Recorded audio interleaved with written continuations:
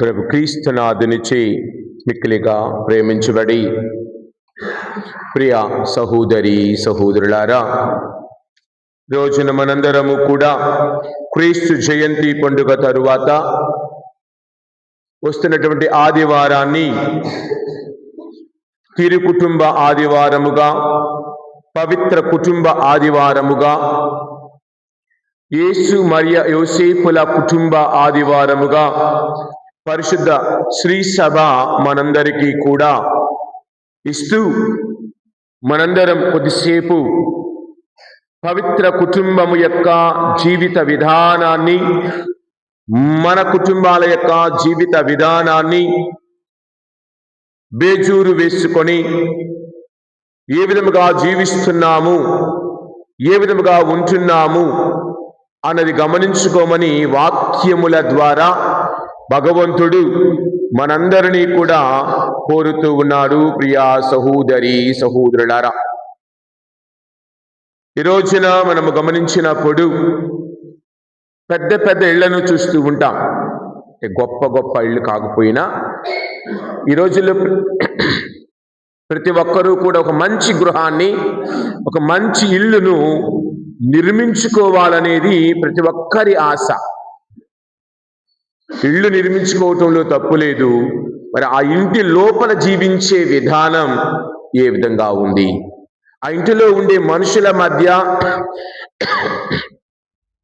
ఆ ఇంటిలో ఉన్నటువంటి వ్యక్తుల మధ్య సంబంధ బాంధవ్యాలు, జీవిత విధానాలు ఏ విధముగా ఉన్నాయి అని మనందరము కూడా ఆలోచించాలి. అందుకే ప్రభు అంటూ ఉన్నారు కీర్తనాకారుడి ద్వారా 127వ కీర్తన 1వ వచనములో, 127వ కీర్తన, ప్రభువు ఇల్లు కట్టని ఎడల వేలుదారుల శ్రమ వ్యర్థము, దానిని కట్టువారి శ్రమ వ్యర్థము అన్న మాటను చూస్తున్నాం. ప్రభువు మన గృహాలను నిర్మించాలి, ప్రభువు మన ఇళ్లను నిర్మించాలి. దాని అర్థం ప్రభువు వచ్చి ఇటుకలు పెట్టి మనం అదే అనుకున్నాం. ప్రతి ఏది చెప్పినా కానీ ద్వందార్థాలు తీసే రోజుల్లో ఉన్నాం. మంచిని చెబితే వినే రోజుల్లో మనం లేము కదా. ప్రస్తుత రోజుల్లో చూస్తూ ఉన్నాం, ఒక హాట్ టాపిక్ చాలా వైరల్గా వెళుతూ ఉంది గత 2 వారాలు, 1 వారంగా. మంచి చెబితే వినే రోజుల్లో మనం లేం. మంచి చెప్పాలంటే భయం. ఏ విధంగా అవతల వాడు చెడు చెబితే వెంటనే తీసుకుంటాం. మంచి చెబితే ఏ విధంగా వాడు రియాక్ట్ అవుతాడు, వాడు ఏ విధంగా తిరిగి ప్రతిస్పందిస్తాడు, ఆ స్పందన తట్టుకునే శక్తి నా దగ్గర ఉందా నేను చెప్పిన మాటలకు అన్న విధంగా మన కుటుంబాలు ప్రస్తుత రోజుల్లో ఉన్నాయి. ప్రియా సహోదరి సహోదరుడా, ప్రభు అంటూ ఉన్నారు, ప్రభువు ఇల్లు కట్టని ఎడల దానిని కట్టువారి శ్రమ వ్యర్థము, ప్రభువు నగరమును కాపాడని ఎడల గస్తీ ఉండి వారి యొక్క మేలుకొని ఉండిన లాభము ఏమి.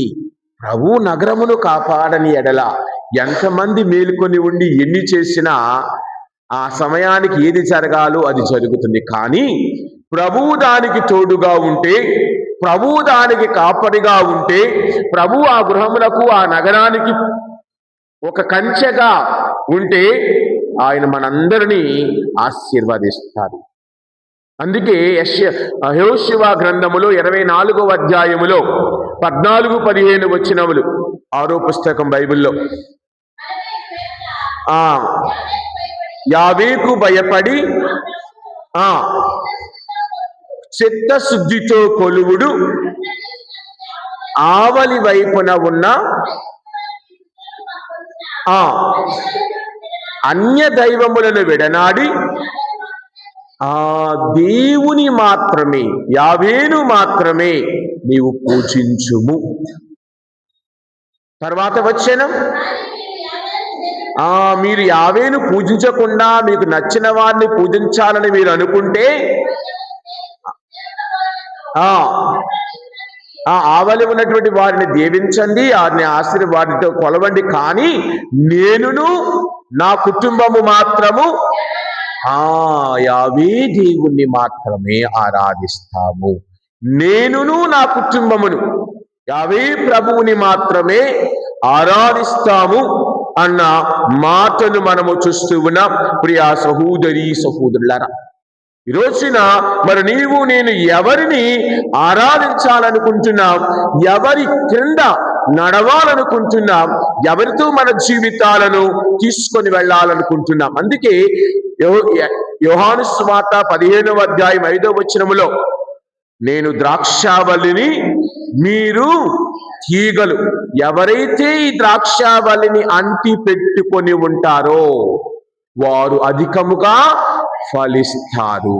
అనగా దేవుని అంటిపెట్టుకుని ఉన్న కుటుంబం, దేవునికి దగ్గరగా ఉన్న కుటుంబం, దేవునికి తోడుగా ఉన్న కుటుంబం, దేవుని నీడలో ఉన్న కుటుంబం ఎప్పుడూ కూడా ఆశీర్వదించబడును, ఎప్పుడూ కూడా దీవించబడును. అదే కదా ఈనాటి మొదటి పట్టణము మరియు రెండవ పట్టణము మనకు చెబుతూ ఉన్నది. రెండవ పట్టణంలో పౌలు గారు అంటూ ఉన్న మాట క్రైస్తవ జీవిత విధానము.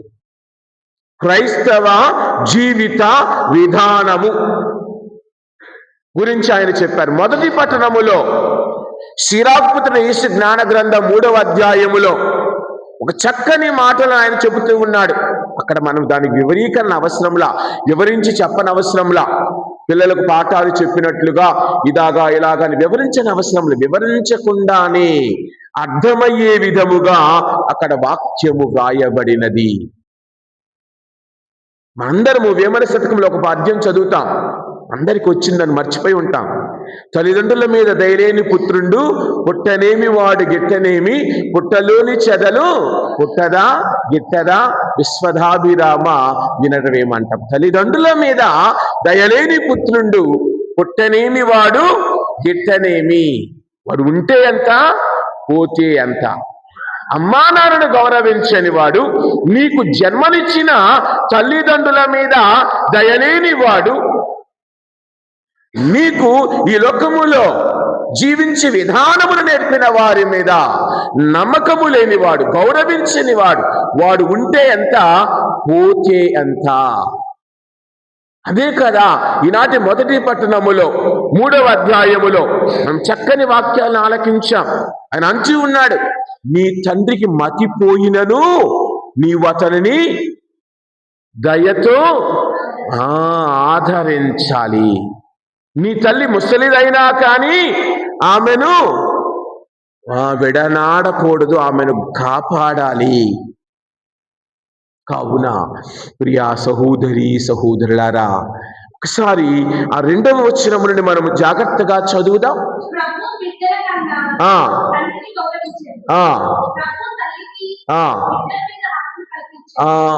బిడ్డల మీద హక్కును కల్పించను. నువ్వెంత ఈ రోజులో కన్నావులే, చెప్పావులే, పెద్ద కన్నండేవిడ అనేవాళ్ళు లేరా?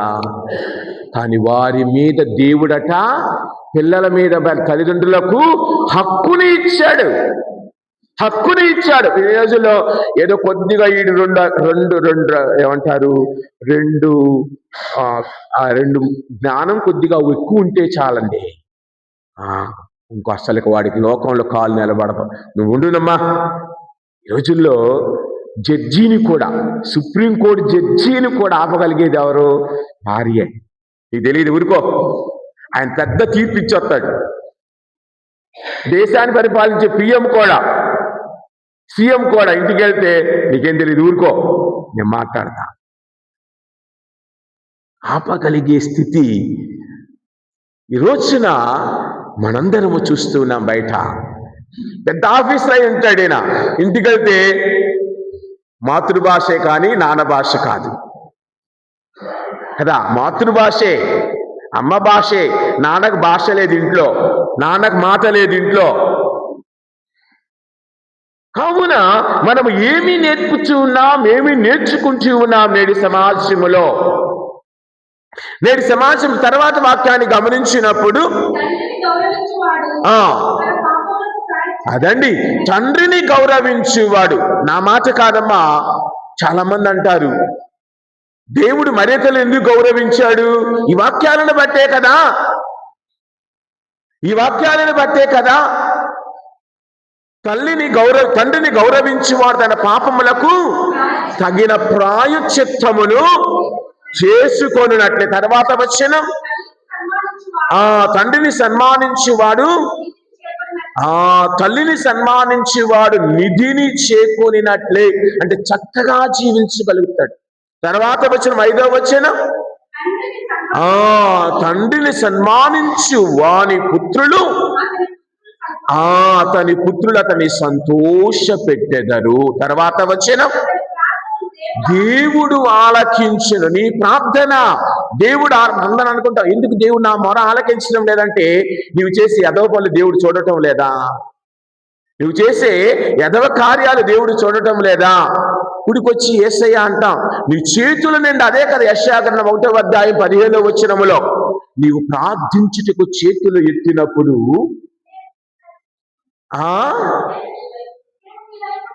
ఎందుకు చూడడంట? చేసినను నేను ఆలకింపను. మీ చేతులు మీ అమ్మా నాన్నలు కొట్టిన రక్తముతో ఉన్నాయి. మీ చేతులు ఇతరులను అగౌరవపరిచిన విధంగా ఉన్నాయి. మీ చేతులు పెద్దలను గౌరవించని విధముగా ఉన్నాయి. మీ ఆలోచనలు ఆ విధంగా ఉన్నాయి. కాబట్టి మీరు ఎన్ని చేసినా, ఎన్ని ప్రార్థనలు చేసినా నేను మీ వైపు చూడను అని కరాఖండిగా ప్రభు పలుకుతూ ఉన్నాడు. ప్రభువు మన వైపు చూడాలి అంటే ముఖ్యమైనది, ఈ లోకములో అమ్మా నాన్న బ్రతికున్నంత కాలం వారికి నీ వలన చేయగలిగిన సహాయం చేయలేకపోయినా సరే వారిని అగౌరవం మాత్రము పరచవద్దు. ఇంకా పెళ్ళైన తర్వాత పీడించే పిల్లలు ఉన్నారు. అది ఇవ్వలేదు, ఇదేవ్వలేదు, అది తీసుకురాలేదు, ఇది తీసుకురాలేదు. మనవాళ్ళు వచ్చి మనవాళ్ళకు పెళ్ళిళ్ళైనా కానీ వీళ్ళెళ్ళి అమ్మా నాన్న మీద పడిపోతారు. ఏమిచ్చావు నాకు? అన్నీ మీ కొడుకే పెట్టుకున్నావు, అన్ని వాళ్ళకే పెట్టుకున్నావు అని అడిగేవారు మన మధ్య లేరా? మనతో లేరా? మనతో నివసించటం లేదా? ఏమిచ్చావు నాకు అని అంటాం. ఈ జన్మ చాలదా? ఈ జీవితము చాలదా? ఈ చదువు చాలదా? నీ కాళ్ళ మీద నువ్వు నిలబడే విధముగా నేను చెయ్యలేదా? అవేమీ గుర్తురా. ఆస్తులకి పంపకానికి వచ్చినప్పుడు ఇవేమీ గుర్తురా. ఇవేమీ మనకు గుర్తురావు.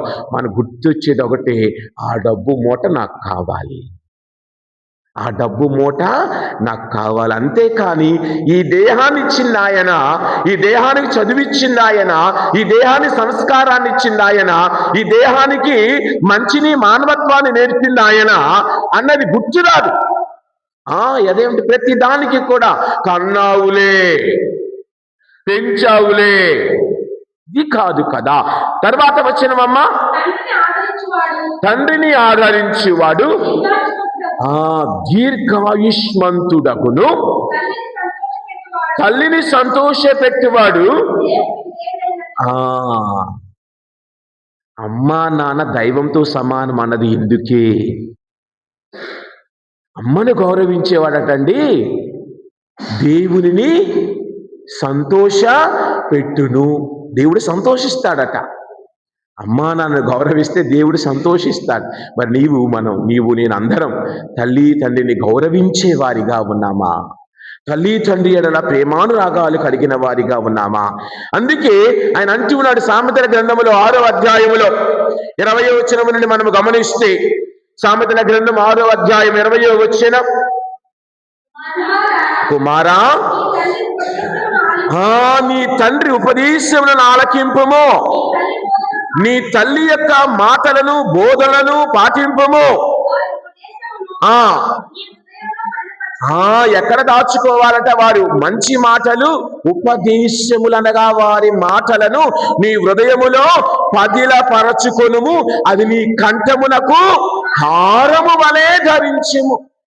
ఇక్కడ ధరిస్తే అంత అందంగా ఉంది, మనకి శోభిల్లుతుంది కదా. ఇక్కడ ఒక కంఠాభరణం అంటారు కదా, నెక్కలేని వాళ్ళు పెట్టుకునేది నెక్లెస్ కదా, కంఠాభరణం, ఒక చిన్న గొలుసు వేసుకుంటే మెడకు శోభ వస్తుంది, అందం వస్తుంది. అలాగనే నీ కుటుంబానికి, నీ జీవితానికి అందము ఈ యొక్క పై మెరుగుల వలన కాదు, అమ్మా నాన్న నేర్పించిన సంస్కారము వలన సంఘములో నీకు గౌరవము ఉన్నది. తల్లిదండ్రులు నేర్పిన సంస్కారమే నీ జీవితానికి పరమావధి. తర్వాత వచ్చిన తల్లి అది నిన్ను నడిపించును, నిద్రించినప్పుడు అది నిన్ను ఎక్కడికి వెళ్ళినా అమ్మా నాన్న భరోసాతో ఉంటే అది నీకు ఏ ఆపద రానివ్వకుండా కాచి కాపాడును అన్న మాటలను అందుకిందాక చెప్పాను. ఉపోద్ఘాతంలో ఎఫెసీయులకు వ్రాయబడిన లేఖ 3వ అధ్యాయం 14-15 వచనములలో పౌలు గారు అన్న మాట, కనుకనే నేను ఆ తండ్రికి మోకరిల్లుచున్నాను. మోకరిల్లుచున్నాను. దివి అందలి భువి అందలి ప్రతి కుటుంబము తన నిజమైన నామమును ఆ తండ్రి నుండియే పొందుచున్నది అన్న మాటను చూస్తున్నా. కావున మరి నీవు నేను కూడా మనము చేయవలసినది ప్రభువుతో నడిచే బిడ్డలమైతే, వాక్యముతో నడిచే బిడ్డలమైతే ఆయనకు దగ్గరగా ఉండి ఈ విధముగా ఉండాలి. కావుననే ప్రియ సహోదరి సహోదరులారా, మరి నీవు నేను ఏ విధముగా జీవిస్తూ ఉన్నాం, ఈ రోజున నీవు నేను ఏ విధముగా ఉంటూ ఉన్నాం, మన కుటుంబములు మన బిడ్డలు ఏ విధముగా ఆయనతో నడుస్తూ ఉన్నారు, మన యొక్క బిడ్డలు దేవుని యొక్క ప్రేమలో ఏ విధముగా ముందుకు వెళుతూ ఉన్నారు అన్నది మనము చూస్తూ ఉన్నామా? భార్యాభర్తలుగా, కుటుంబముగా, ఇంపైన కూటమిగా ఇల్లుండవచ్చు, కానీ ఇంటిలో ఉండే సభ్యుల మధ్య ఆ యొక్క అన్యోన్యత అర్థము చేసుకునే మనస్సు, అదే అంటారు కదా వాక్యంలో చదివితే వేరే దగ్గర ఉంటుంది, సఖ్యత లేని కుటుంబములు పంచభక్ష పరిమాణాలు తినుట కంటే సఖ్యత కలిగిన కుటుంబములు పచ్చడి మెతుకులు తినుట ఎంతో గొప్పది అని బైబిల్లో వాక్యము ఉన్నది. కావున ప్రియ సహోదరి సహోదరులారా, మరి నీవు నేను కూడా ఒక్కసారి ఆలోచించుకున్నప్పుడు మన మధ్య మనతో ఆ భగవంతుడు నడవాలని, మనందరిని ఆయన దీవించాలని ప్రార్థించుకుంటూ ఉన్నాం. గమనించినప్పుడు మనము కుటుంబముగా దేవునికి చెందిన వారముగా ఉండాలనుకున్నప్పుడు మరి భార్యాభర్తలు ఏ విధముగా ఉండాలి? అదే కదా ఒక్కసారి మనము 26వ అధ్యాయంలోనికి వెళదాం. సామెతల గ్రంథం అనుకుంటా, 26 సామెతల గ్రంథము 26వ అధ్యాయము, లేకపోతే సిరాకు ద్రేసి జ్ఞాన గ్రంథంలో 26వ అధ్యాయంలోనికి వెళదాం. 26వ అధ్యాయములో 1వ వచనం, గుణవతి అయిన భార్యను బడసిన వాడు ధన్యుడు, ఆమె మూలమున అతని ఆయుష్షు. రండి, భార్య వలన భర్త యొక్క వయస్సు పెరుగుతుంది. ఈ రోజుల్లో ఇంటికొత్తి అని 9:30, 10 దాకా ఫ్రెండ్స్తో గడిపొచ్చేస్తారు. ఇంటిలో శాంతి ఉంటే, అమ్మా నేను అంటుంది శాంతి అనేది పేరు కాదు, ఆ ఇంటిలో శాంతి సమాధానం ఉంటే ఆ కుటుంబం యొక్క యజమానుడి యొక్క జీవితం అట, అతని ఆయుష్ దేవుడు 40 సంవత్సరాలు ఇస్తే నీ వలన అతని ఆయుష్ 80 సంవత్సరాలు చేస్తున్నావు. కానీ ఈ రోజులో దేవుడిచ్చిన ఆయుష్ కంటే ముందే పంపిస్తున్నాం మనందరం, డబ్బాలతో, గొడ్డలతో, దాంతో, దీంతో. కావున ఒక్కసారి ఆలోచిద్దాం. గుణవతి అయిన భార్యను పడసిన వాడు ధన్యుడు, ఆమె మూలమున, ఆమె వలననే, భార్య వలననే భర్తకు ఆనందము, కానీ బయట వస్తువుల వలన కాదు. అది గ్రహిస్తే కుటుంబంలో ఆ శాంతి, ఆ సమాధానం, ఆ సఖ్యత, ఆ ఓర్పు, ఆ తాలిమి అవన్నీ కూడా ఉంటాయి. తర్వాత వచ్చిన సద్బుద్ధి గల భార్య, మంచి బుద్ధి గల భార్య భర్తకు పరమానందమును. అన్ని భార్య గురించే ఉంటాయి బైబిల్లో, భర్త గురించి తక్కువ. ఎందుకంటే అంతా మాతృభాషే,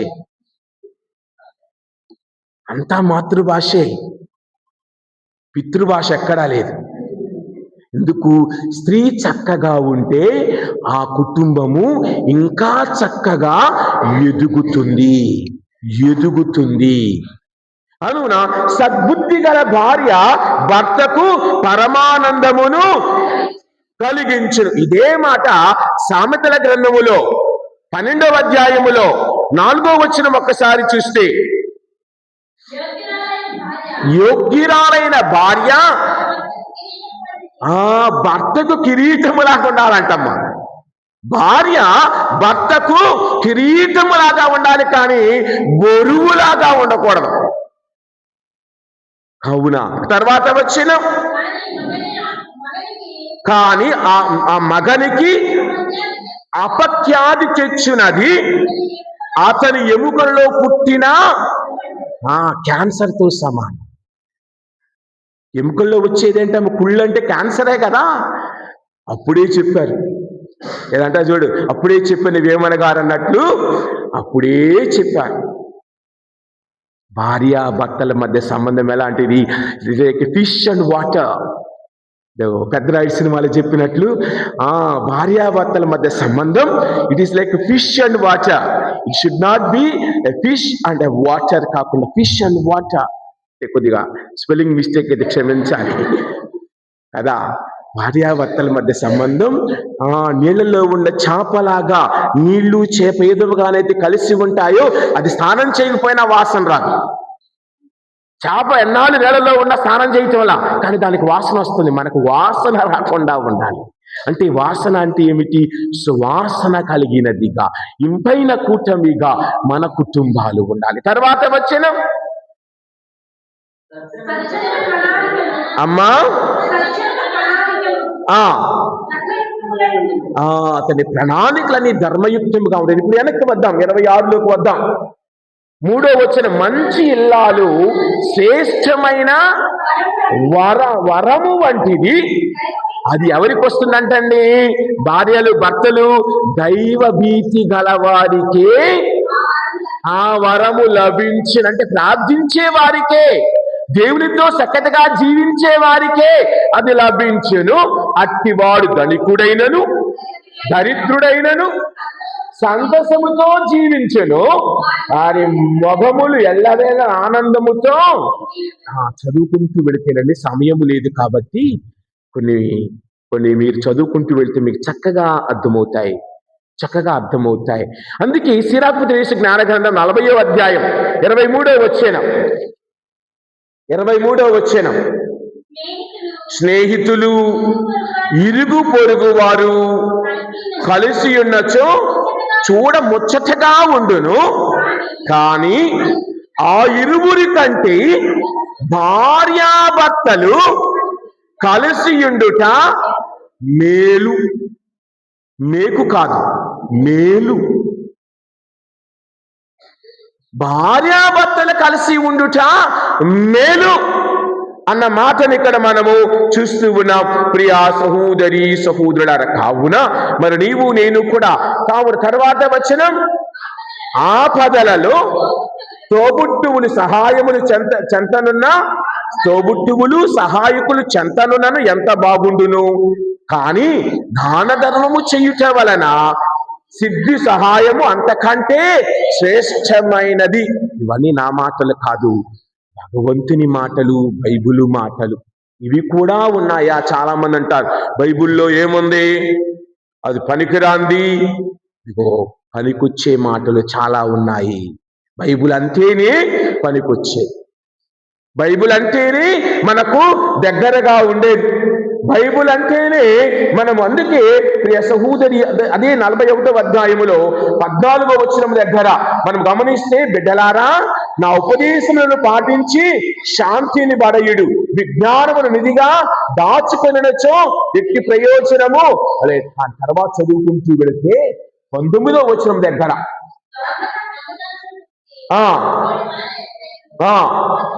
భోజనపు బల్ల మీద మోచేతులు నించుటయు. ఇవన్నీ చదువుకుంటూ వెళితే మనము ఏ విధముగా జీవించాలో వాక్యాలు తెలియజేస్తున్నాయి. కావున ప్రియ సహోదరి సహోదరులారా, మరి ఈ రోజున నీవు నేను ధ్యానిస్తున్న వాక్యములను బట్టి మరి మనందరం ఈ విధముగా ఉంటూ ఉన్నాం. కావున మనందరము కూడా దేవుడు మనకు నేర్పుతూ ఉన్నది అదే ఈ రోజున మనము సఖ్యతగా సమాధానముగా జీవించాలి. మరొకసారి జ్ఞానగ్రంథం 26వ అధ్యాయంలోనికి వచ్చినప్పుడు 26వ అధ్యాయములో 13వ వచనము, యోగ్యురాలైన భార్య వలన భర్త ఆనందము చెందును, ఆమె సామర్థ్యము వలన అతడు బలాఢ్యుడగును. భార్య భర్తకు బలంగా ఉండాలి, కానీ భార్య భర్తకు బలహీనతగా అతని అబ్బా నువ్వు చేసుకొచ్చావులే పెద్ద మగోళ్ళని, పెద్ద నువ్వు గాంగ చేశావు అంతం కాదు, నువ్వు చేశావు అని భరోసా ఇచ్చేదిగా ఉండాలని వాక్యాలు కూరుతూ ఉన్నాయి ప్రియ సహోదరి. తరువాత మితభాషిని అయిన భార్య అంటే మాతృభాష తగ్గించుకొని ఉండాలి. తక్కువగా మాట్లాడే స్త్రీ అట దేవుడిచ్చిన వరము అనవలెను, ఆమె సంశయము వెలకట్టలేనిది. మితభాషిని అంటే తక్కువగా మాట్లాడటం, ఎక్కువగా వింటాం. మనం ఏం చేస్తాం, నేను ఎక్కడ యూట్యూబ్లో వచ్చిన ఒకటి అదే ఏంటి, ఒక ఆయన స్త్రీల యొక్క మెదడును పురుషుల యొక్క మెదడును పక్కన పెట్టి స్త్రీ మెదడు ఏ విధంగా ఉంటుంది, పురుషుడి మెదడు ఏ విధంగా ఉంటుందో చెప్తూ ఉన్నాడు. ముందుగా పురుషుడి యొక్క మెదడును పక్కన పెట్టాడు. పక్కన పెట్టి పురుషుడి మెదడు అంటే ఎప్పుడూ కూడా బాక్స్ టైప్లో ఉండిద్దట. అమ్మా నాన్నకు ఒక బాక్స్, పిల్లలకు ఒక బాక్స్, అంటే నువ్వు ఏది తెచ్చించాలంటే ఆ బాక్స్ మాత్రమే ఆయన ఓపెన్ చేస్తాడు. మెదడులో నుంచి ఉదాహరణకు అప్పుల గురించి మాట్లాడాలంటే అప్పు గురించే మాట్లాడతాడు. అది స్త్రీ దగ్గరికి వచ్చేళ్ళకి అన్నిటినీ ఆ రోజు అది చేశావు, ఈ రోజు ఇది చేశావు, ఇక్కడ మొదలుపెట్టి ఎక్కడెక్కడికో తీసుకెళ్తారు. ఎక్కడెక్కడికో అంటే ఈ మెథడు మిక్స్డ్, ఇదంతా ఏమంటారు, మిక్సింగ్ జార్లో వేసి అన్ని రకాలు వేసి అల్లం వెల్లుల్లి పేస్ట్ చేసినప్పుడు పేస్ట్గా తయారవుతుంది అన్నమాట. రోజున అది కాదు, మితభాషిని అయిన భార్య దేవుడిచ్చిన వరము కావున ఆమె యొక్క సంశయము వెలకట్టలేనిది అన్న మాటలను మనము చూస్తూ ఉన్నాం ప్రియ సహోదరి సహోదరులారా. కావున మరి నీవు నేను అదే 27వ అధ్యాయం 11వ వచనములో సత్పురుషుని సంభాషణము పొందికగా ఉండును. తర్వాత మూర్ఖుని మాటలు చంద్రబింబం వలె మాటి మాటికి నా మాటలు కాదమ్మా నవ్వటానికి.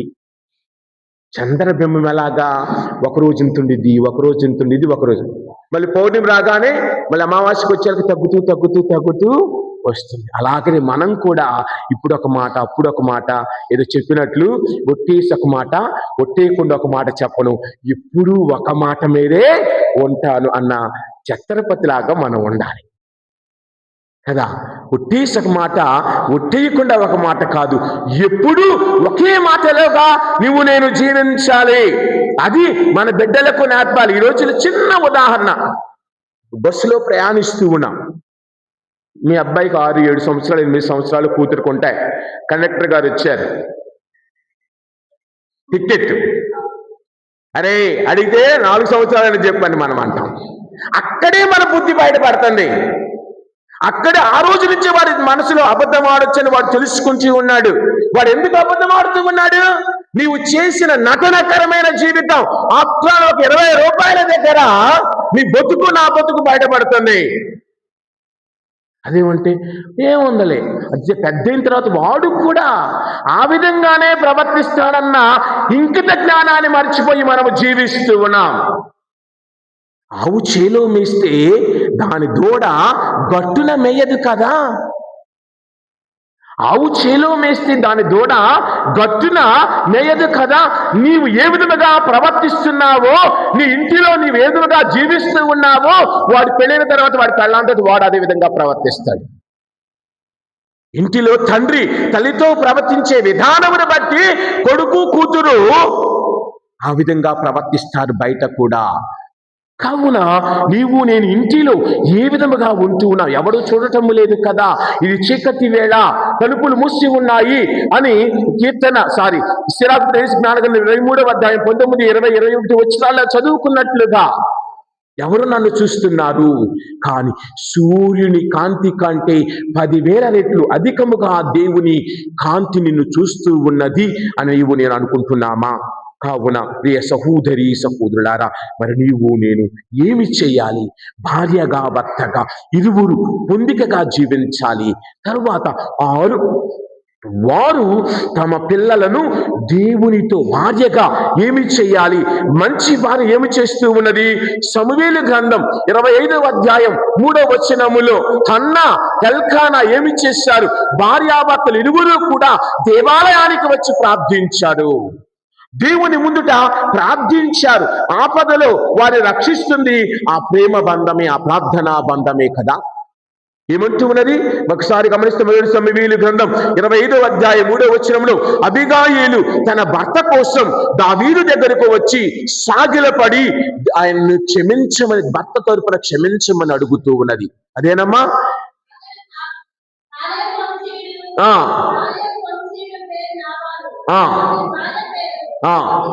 అబీగాయిలు అదండి, భార్యట తెలివితేటలు కలది భర్త కంటే. అందువలన ఆమె వచ్చి ఇతనేం చేస్తూ ఉన్నాడు? దావీదు వచ్చి అడిగాడు తన సైనికులయ్యా, మేము తినటానికి ఏమీ లేదు, నీ దగ్గర కొంచెం ఆహార పదార్థాలు ఇవ్వంటే ఇతడు మూర్ఖుడు తిట్టి పంపించాడు. అది తెలుసుకున్న అబీగాయిలు అతని కంటే ముందుగా వెళ్ళి తనతో అనేకమైన వస్తువులు తీసుకుని వెళ్ళి అతని ముందు సాగిలపడి అన్ని అర్పించి తన భర్త తరపున మన్నించమని అడిగింది. అనగా భార్య భర్తకు తోడుగా ఉండాలి, కానీ తోడేలుగా ఉండకూడదు. భార్య భర్తకు తోడుగా ఉండాలి. ఆ భర్త ఆ భార్యల తోడు నీడ కలిసి జీవించాలి. తర్వాత గమనిస్తే అదే అధ్యాయములో 23, 24 వచనాలు ఒకసారి చూద్దాం. చూడగానే వడిబడిన గాడిదను దిగి సాష్టాంగపడి చేశాను.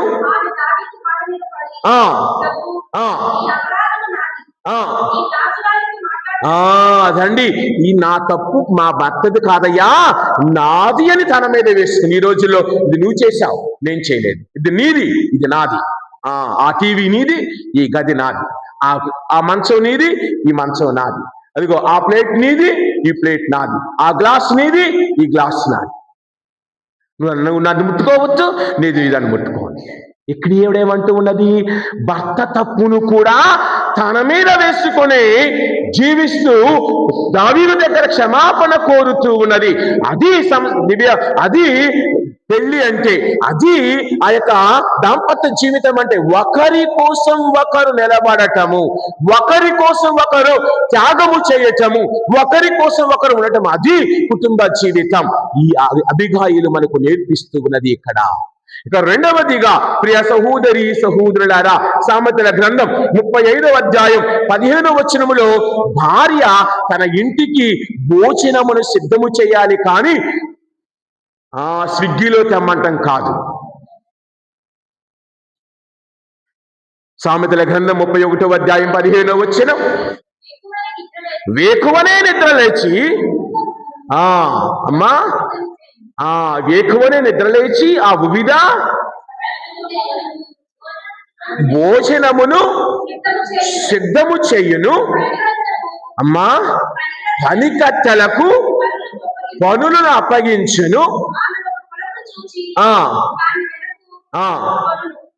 చూడండి, ఇవన్నీ కూడా ఆమె వేకువని కుటుంబమునకు లేదు. అంతేకాని బారడు పొద్దెక్కేదాకా 10 గంటల దాకా 11 గంటల దాకా పెద్దలు అంటారు, సూర్యుడు లేవక ముందే నిద్రలేచే గృహమట ఆశీర్వదించబడును.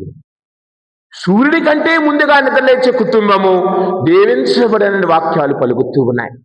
కావున ఎందుకంటే ఆయన లేచేలోపు నువ్వు లెగుస్తున్నావంటే నీ ఇంటి ముందు కసు ఉండదు, నీ ఇంటి ముందు చక్కగా కళ్ళాపి చల్లి 2 ముగ్గరేకులు వేసేస్తావు, చక్కగా ఇంట్లో కాఫీ పెట్టుకుంటావు, తాగుతావు, పిల్లల్ని లేపుతావు, మంచాలు సర్దేస్తావు, అలాగా ఏమీ ఉండవు. ఆ కుటుంబము దీవించబడు. ఆ కుటుంబము ఆశీర్వదించబడను. ఆ కుటుంబము దేవుని దీవెనలకు నిలయము అగును. సామెతల గ్రంథం 27వ అధ్యాయంలోనికి వెళ్ళినట్లయితే 27వ అధ్యాయం 15-16 వచనాలు. గయ్యాలి భార్య అమ్మా అమ్మా ఒక్కసారి నేను చూస్తాను. 27, 15, 16 కదా.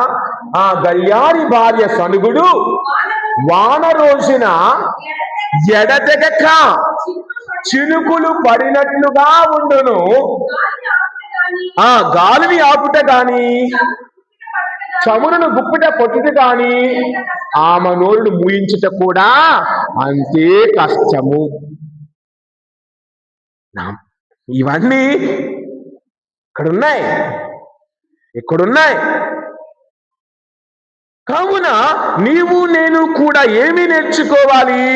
నోరును అదుపులో ఉంచుకోవాలి, మితభాషినిగా జీవించాలి. అదే అంటారు, నోరు మంచిదైతే ఊరు మంచిది. అలాగని ఈ రోజున నోరు మంచిదైతే కుటుంబం కూడా మంచిదే. కావున మనము ఏమి నేర్చుకుంటూ ఉన్నాం? ఇదిగో ఈ రోజున ఆయన అంటూ ఉన్నాడు 15వ వచనములో మరియు 16 వచనాలలో, ఆమె నోరు మూయించుట కష్టం కావుని దేవుని యందు భయభక్తులు గల మహిళ తనను తాను సమన్వయముగా దేవునితో నడచును అన్న మాటను తర్వాత గమనిస్తే సిరాకు త్రేసి జ్ఞాన గ్రంథం 7వ అధ్యాయం 23వ వచనం ఒకసారి చూద్దాం. తన బిడ్డలను ఆ తల్లి సక్రమముగా పెంచును. నీకు పుత్రులు పుత్రికలు కలరేని వారికి విద్యాబుద్ధులు నేర్పుము. చిన్న ప్రాయము నుండి క్రమశిక్షణ వారికి నేర్పించుము. పుత్రికలు కలరేని శీలవతులుగా పెంచండి. అంతేకాని కొన్ని బాధలు నేను ఇక్కడి నుంచి మాట్లాడకూడదు. కావున నీకు కుమారులు కలరేని చిన్నతనము నుండియే విద్యాబుద్ధులతో పెంచాలి. కుమార్తెలు కలరేని వారికి విద్యతో పాటు శీలవతులుగా మంచి నడవడిక గలవారిగా పెంచమని వాక్యము సెలవిస్తూ ఉంది. అందుకే సామెతల గ్రంథములో 22వ అధ్యాయం 6వ వచనం ఒక్కసారి గమనిద్దాం. 22వ అధ్యాయం 6వ వచనం, బాలుడు తన నడవవలసిన మార్గమును గురించి బోధించినచో పెరిగి పెద్దవాడైన తరువాత అతడు ఆ మార్గమును ఆ త్రోవను విడనాడడు.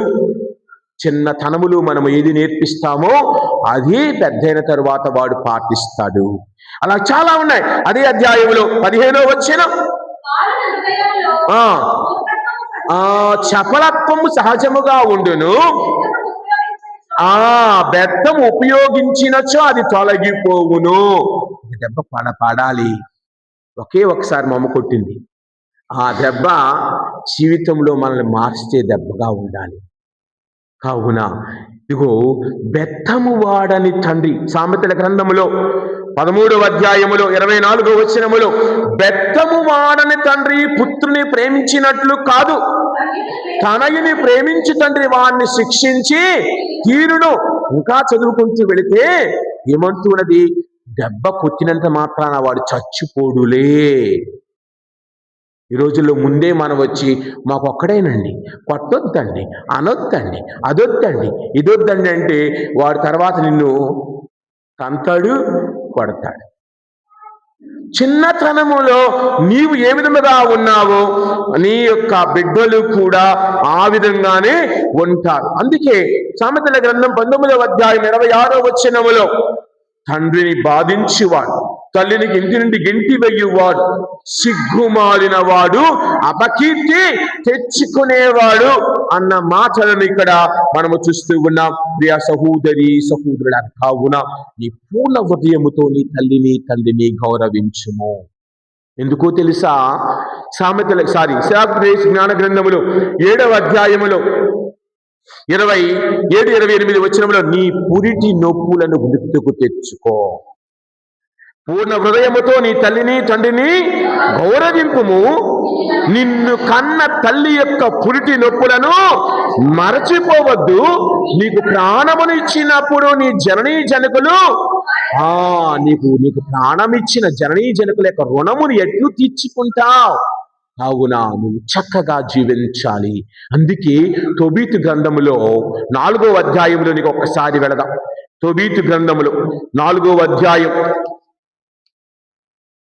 3వ వచనం నుండి కుమారుడితో తండ్రి అంటూ ఉన్నాడు, తోబీతు అంటూ ఉన్నాడు తోబియాసుడితో. కనుక అతడు పుత్రుని పిలిచి ఇట్లు చెప్పాను, నాయనా, నేను చనిపోయిన తరువాత నన్ను అన్ని మర్యాదలతో ఇంత ఖర్చుందికి ముసలోడికి అవసరమా? బతుకున్నప్పుడు ఏం పెట్టాడు? బతుకున్నప్పుడు ఏం చేశాడు? ఇంత ఖర్చు అవసరమా? పెద్ద పెద్ద పెట్టె కావాలా? మేళకాలాలు కావాలా అని అనుకుంటూ ఉంటాం. అయ్యా, నేను మరణించిన తరువాత అన్ని మర్యాదలతో నన్ను భూస్థాపితం నేను దాటిపోయిన తరువాత మీ అమ్మను గౌరవింపుము, ఆమె బ్రతికున్నంత కాలము ఆమెను రండి. అమ్మ బ్రతికున్నంత కాలం అంట పోషించవలసిన బాధ్యత కొడుకుది, కూతురుదే. కావున తర్వాత వచ్చిన నా ప్రక్కనే ప్రాతి పెట్టుము, నిన్ను గర్భమున మోసి కనినప్పుడు ఆమె ఎన్ని అపాయములకు గురి అయినదో జ్ఞప్తికి తెచ్చుకొనుము. కనుక నీవు ఆమె కోరినట్లు ఎన్నడును ఆమె మనస్సును, ఈ రోజుల్లో ఎన్నడును ఆమె మనస్సును ఆపోజిట్.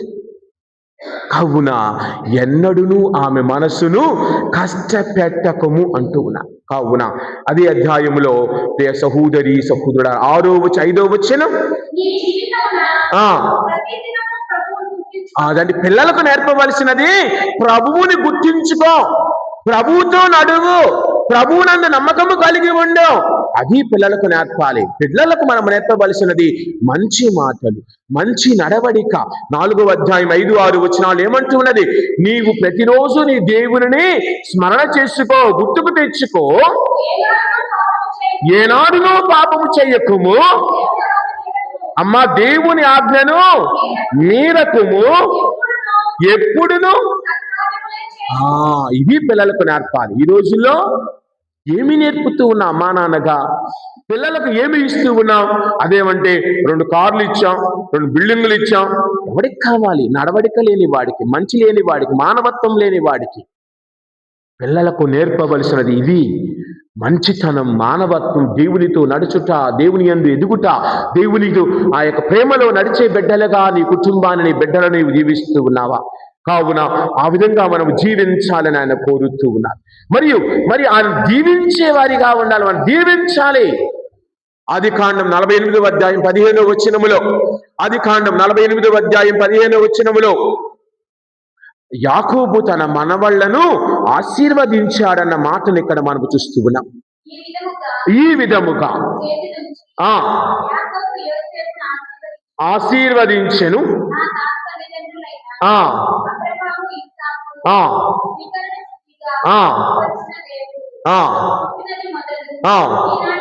అదండి, పుట్టినది మొదలు ఈనాటి వరకు నన్ను కాపాడిన దేవుడు, అమ్మ సకల కీడుల నుండి నన్ను తప్పించిన దేవుడు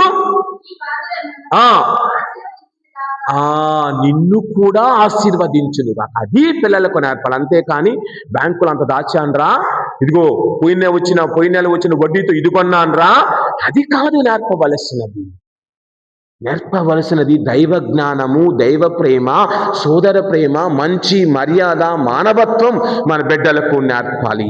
తర్వాత గమనిస్తే ప్రియ సహోదరి సహోదరులారా, 1 తిమోతికి వ్రాసిన లేఖ 4వ అధ్యాయం 12వ వచనములో, తిమోతికి వ్రాసిన 1 లేఖ 4వ అధ్యాయం 12వ వచనములో ఆదర్శవంతమైన జీవితాన్ని పిల్లలకు నేర్పాలి.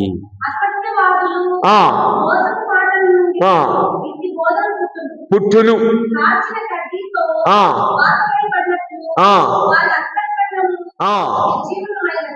వారి అంతఃకరణములు, లోపల భాగములు నిర్జీవమైనవి. అదే 2వ తిమోతికి రాయబడిన లేఖ 3వ అధ్యాయం 14-15 వచనాలు.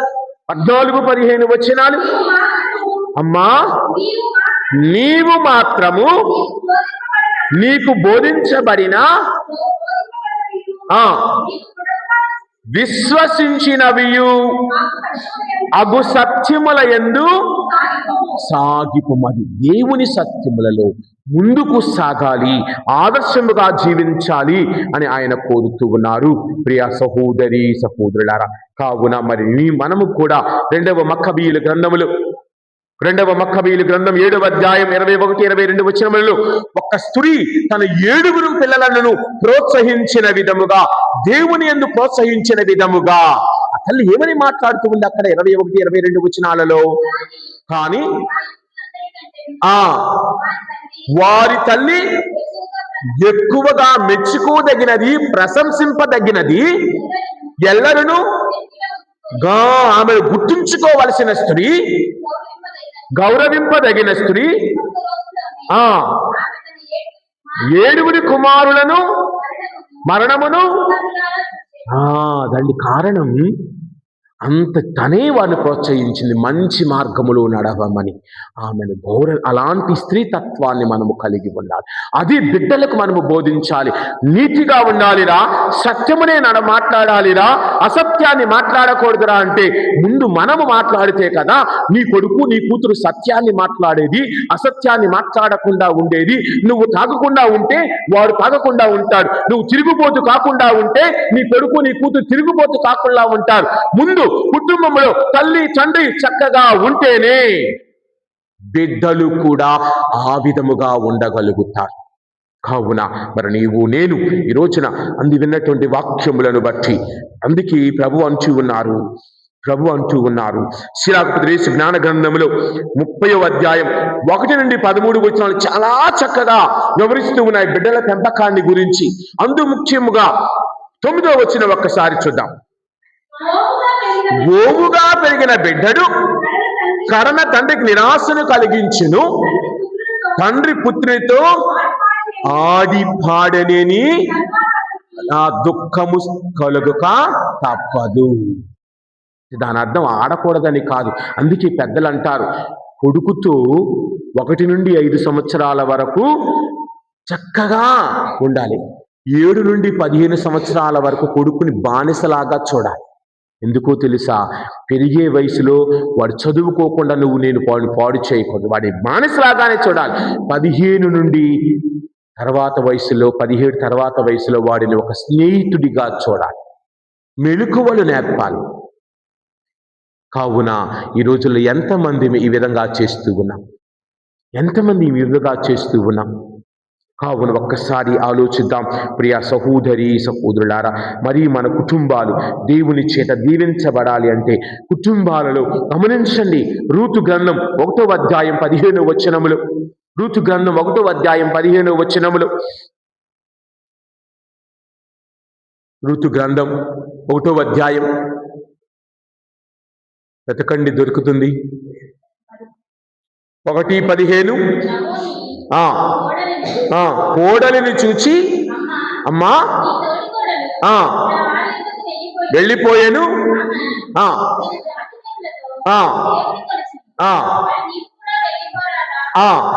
అని అడిగాను. నవోమి తన కోడలైనటువంటి రూతుతో చెబుతున్నమ్మా, నువ్వు కూడా వెళ్ళిపో, నీ భర్త చచ్చిపోయాడు కదా, నీ పుట్టింటికో లేక నీ దేశానికి వెళ్ళిపో, నాతోటి నేను ముసలిదాన్ని అంటే ఆవిడేమంటూ ఉన్నది? కానీ రూతు అత్తతో ఇబ్బంది పెట్టవాలి. ఈ రోజుల్లో అయితే ఎప్పుడు మా అత్తానిద్దా, ఎప్పుడు వేరుకుంపటి పెడదామా? ఇక్కడ ఈవిడేమంటూ ఉన్నది? అయ్యా అమ్మా, నన్ను నీ ఇంటి నుండి నీ వారి నుండి నన్ను వెళ్ళమనవద్దు, నన్ను ఇక్కడే ఉంచు. తర్వాత వచ్చిన తల్లి, నేను నీ వెంట వచ్చును, నీ వెళ్ళి చూటికే నేను వస్తాను. అదే అంటే మా అత్త వెళ్ళి దగ్గర నేను ఎందుకు వెళ్ళాలి? మా అత్తదారి మా అత్తదే, నా దారి నా దారే, నా దారి రహదారి.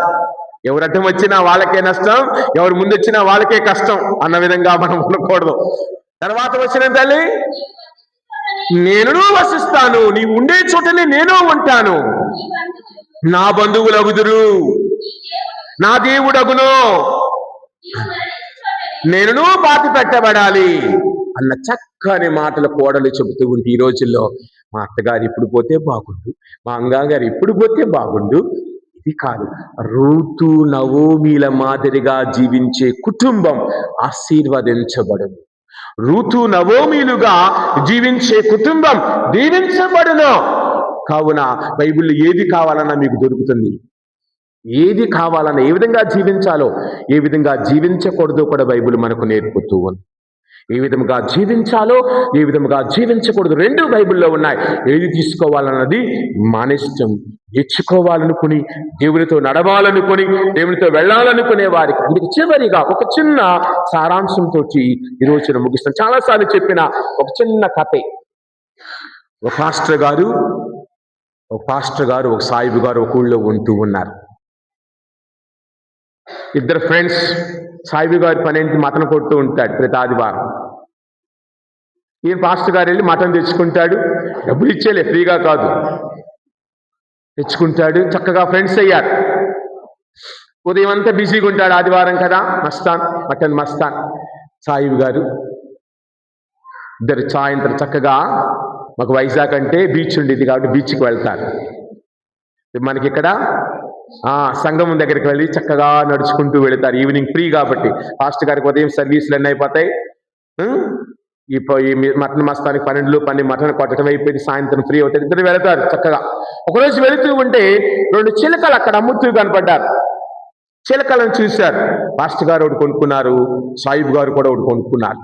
ఇద్దరూ కొనుక్కున్నారు. ఇంటికి వచ్చారు ఇద్దరు. ఇంటి ముందు పంజరాల్లో ఉన్న చిలకలను తగిలించేసి రోజు వాడి జాంకాయలు తినటానికి చక్కని పండ్లు పెడుతూ ఉన్నారు. మాట్లాడటం అవి వింటూ ఉన్నాయి, తిరిగి మాట్లాడుతూ ఉన్నాయి. మన పాస్టర్ గారి దగ్గర ఏమంటాడు ఆయన? ప్రతి రోజు లేవగానే ప్రైజ్ ది లార్డ్ అంటాడు, హల్లెలూయా అంటాడు, దేవుడికి స్తోత్రం అంటాడు. ఈ చిలక కూడా అంటారు కదా, పిల్లల చిలక పొలుకులు పొలుకుతారు. మన పిల్లలకు కూడా అలాగే మన మటన్ మస్తాన్ దగ్గర ఉన్నటువంటి చిలుక దగ్గర ఆయన ఏం చెప్తాడు? ఆయన రోజు లేవగానే గొర్రెను తీసుకురా, కాలు కొయ్యి, చెవు కొయ్యి, మెడ కొయ్యి, కత్తి తీసుకురా. ఇదే కదా ఆయన అనాల్సింది. ఈ చిలుక కూడా అదే నేర్చింది ఇక్కడ. ఒకరోజు మటన్ మస్తాన్ దగ్గరికి బంధువులు వచ్చారు. ఆయన లోపల ఉన్నాడు. ఈ చిలక అనుకుంది కస్టమర్ వచ్చాడేమో అనుకుంది. కత్తి తీసుకురా అంది. కాలు కొయ్యి, చెవు కొయ్యి, మెడ కొయ్యి. నీ ఇంటిలో నువ్వు ఏది మాట్లాడతావో, నీ ఇంటిలో నీవే పదాలు వాడతావో, భార్యని పేరు పెట్టి పిలుస్తావా, లేకపోతే ఇంకేం పిలుస్తావా, ఇంకో మాట అంటావా, అదే వాడు పెళ్ళైన తర్వాత భార్యని అసే అంటే అసే అంటాడు, వసే అంటే వసే అంటాడు. నువ్వు ఏమంటే నీ కొడుకు పెళ్ళైన తర్వాత అదే చేస్తాడు, రిప్లికా దింపేస్తాడు భార్యతో. తల్లిని గౌరవించే భర్తగా నీ భార్యను గౌరవిస్తే వీడు కూడా తన పెళ్ళైన తర్వాత, పెద్దైన తర్వాత అదే విధముగా జీవిస్తాడు. కావున ప్రియ సహోదరి సహోదరులారా, చిన్న దేవుని ఆదర్శమును బట్టి మన కుటుంబాలు దీవించబడాలని ఆ ప్రభువుని అడుగుతూ, అందరం ఈ దివ్యబలిలో పాల్గొనే సమయంలో మన కుటుంబాలను దీవించమని, మన కుటుంబాలను ఆశీర్వదించమని, మన కుటుంబములు శాంతి సమాధానాలు దయచేయమని ఆ ప్రభువుని ఈ దివ్యబలిలో ప్రార్థన చేసుకుందాం.